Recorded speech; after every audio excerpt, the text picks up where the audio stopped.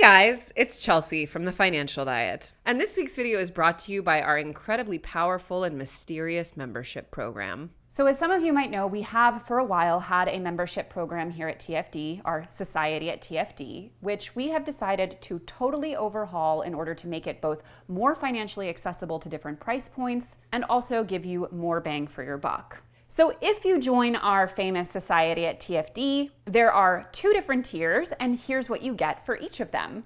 Our $2.99 a month supporter tier includes 40% off of all of the Studio at TFD events. That's conferences, workshops, classes, master classes, everything in between. Monthly 45-minute office hours with Chelsea. That's me, where you get to join live, hang out, ask me anything. They're always super fun. Access to exclusive monthly downloads like wallpapers and staff pics, plus the fun moan emojis that you can use in the comments. But our $4.99 membership tier, and this is very important, gets you the following. 50% off of all Studio at TFD events, that same 45-minute office hours with me once a month, access to all of those monthly downloads, plus an exclusive quarterly download bundle for longer form stuff like workbooks and tools to manage your finances, 1 bonus video per month based on your own input. So we will have either a monthly Chelsea Sounds Off, where members get to suggest the topics they want to hear me talk about that month, or exclusive questions asked to our TFC interview guests that the members themselves get to choose. Plus, you'll get a dedicated Slack channel with like-minded community members to talk about all things money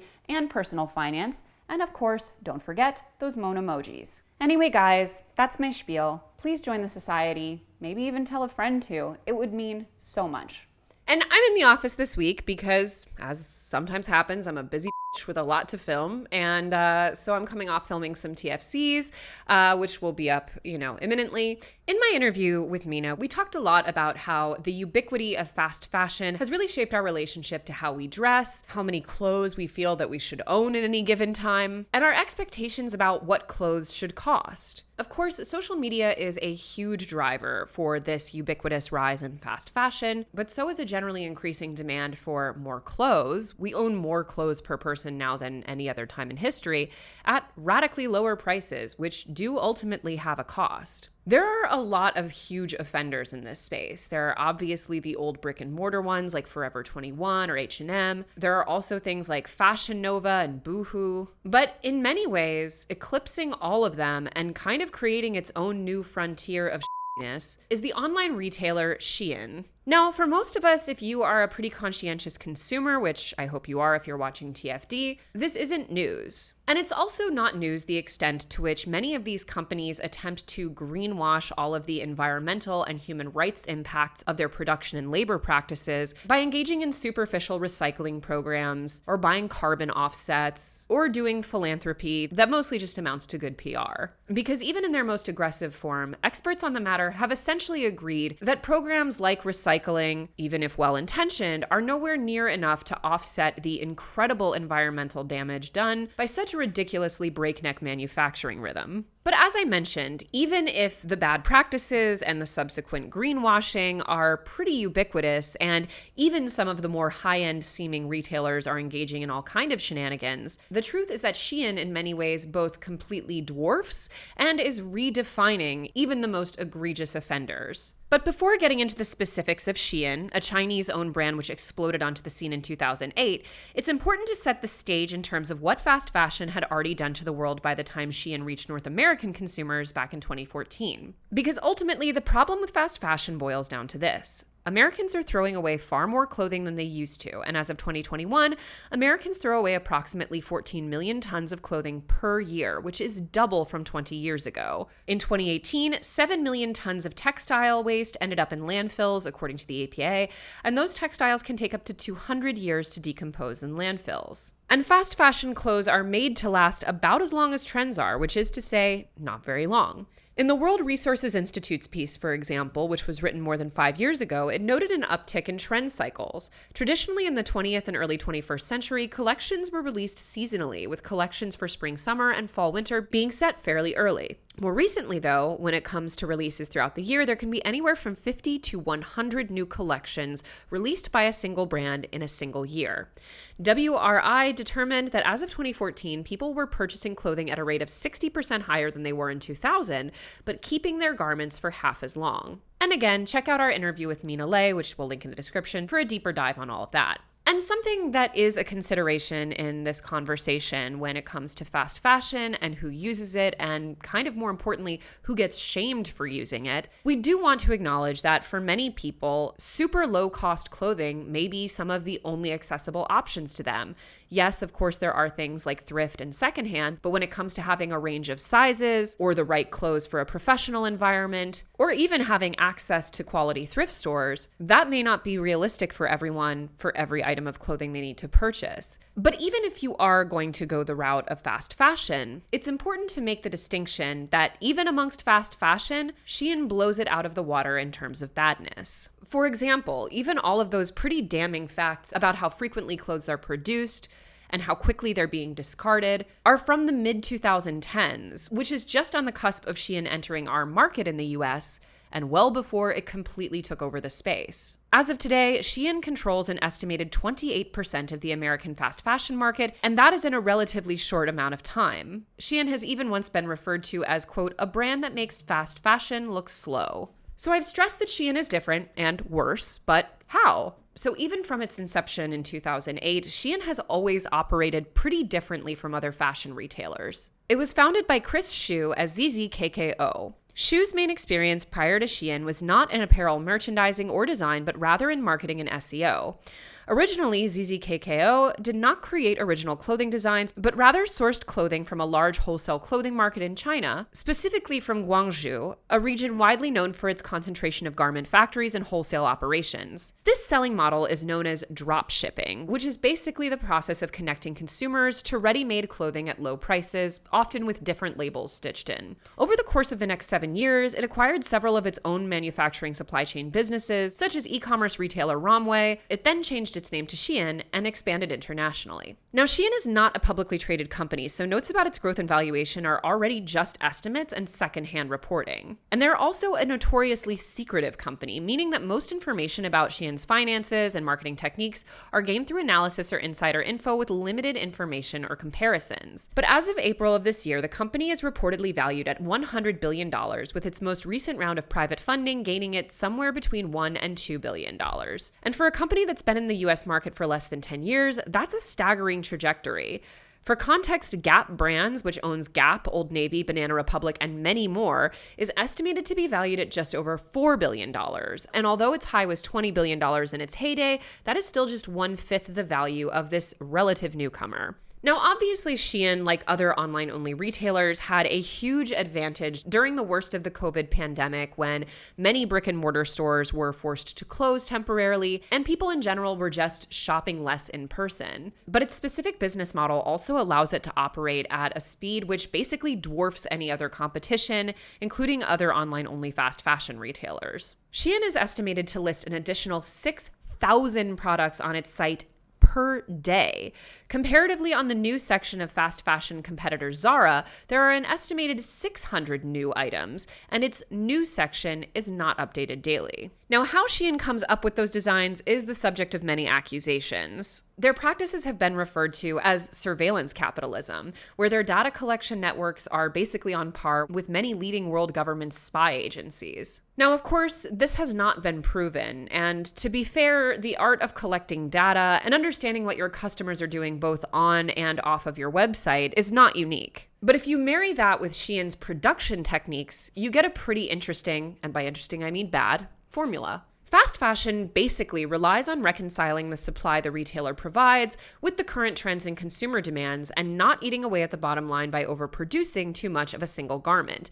Shein manages to overcome this because it speeds up production of key garments only when a certain threshold is hit.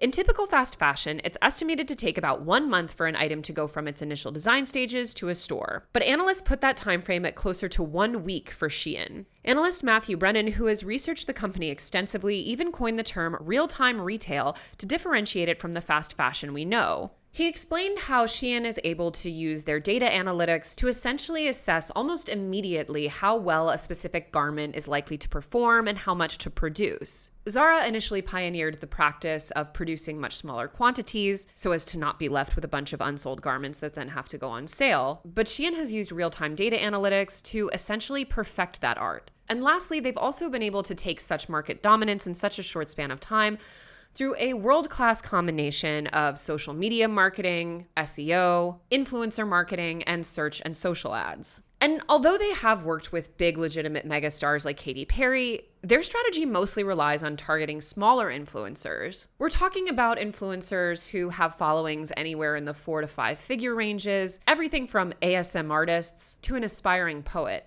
Now, the influencer market already has a lot of issues in terms of being much less regulated, having all kinds of problems with proper ad disclosure, but this is even worse with the micro-influencers who often just don't even have an audience large enough to call them on their bull.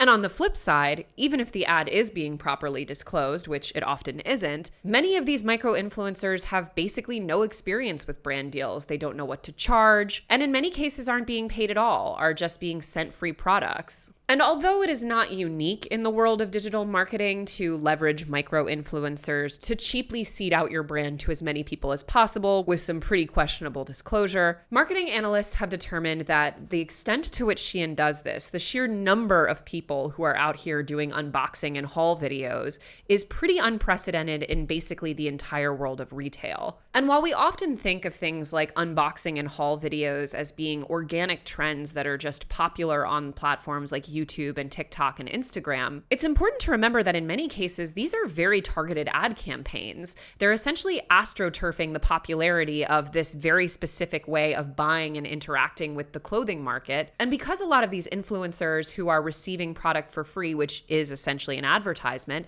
are not disclosing it as such, it gives the impression that these are genuine purchases being made and further normalizes the idea that this is something that the average person should be engaging in, which then does create people who do this organically. And so the trend continues. But the broader effects of Shein go well beyond just social media culture. There's an old saying that you can either do something fast or do it right. And the sheer speed at which Shein is producing things is basically guaranteeing that they're getting a lot wrong, and often on a pretty massive scale. But because they're at an estimated valuation of $100 billion, Shein is pretty firmly in the disaster-proof territory. You can check out our recent video on Elon Musk's financial instability to understand how, past a certain point of value, it is very, very difficult for even huge blunders to have real long-term consequences. Because Shein has already had quite a few. And their mistakes have run the gamut from small isolated oopsies in quality control, like accidentally producing a swastika necklace. There's also been more serious stuff, like the 2021 CBC Marketplace investigation, which found that some of its clothing items contained high amounts of lead, about 20 times the maximum allowable amount by Health Canada in some of its children's clothes. But the absolute most troubling thing about Shein is how it fits into the already unsustainable world of fashion retail and what the environmental impact is.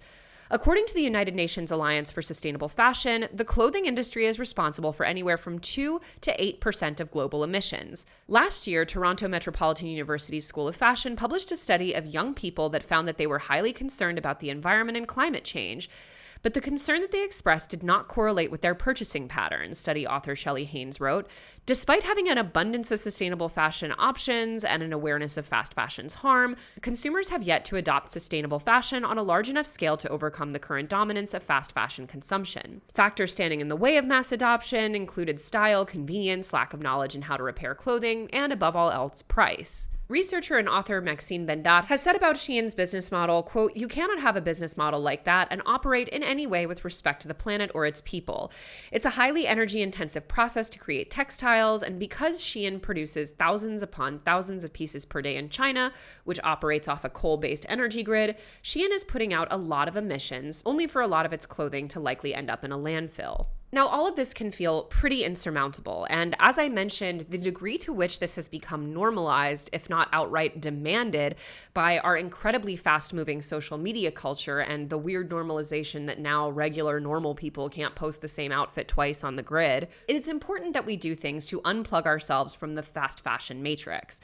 Now, it is unlikely that any of us will be able to hard stop shopping at any store that doesn't have high quality environmental and labor practices, because again, even a lot of the higher end stores have terrible practices in this regard. And with all the greenwashing out there, it's pretty difficult to suss out what is actually sustainable versus who has just got a really great PR team. But if it's fair to point the big guns anywhere, it's definitely at Shein. And if you want to make one productive step in reducing your environmental impact, starting by saying at minimum no to Shein is an excellent place to start. Because even if you're a terrible person and you don't care about the environment or labor practices or the amount of clothing filling up landfills, this fast fashion mentality, the relationship that it has created between ourselves and the clothes that we wear, is also bad for us personally. In 2015, research found that the pleasure signals in the brain that activated when purchasing fast fashion were similar to those of people in active addiction, that the combination of how much you like an item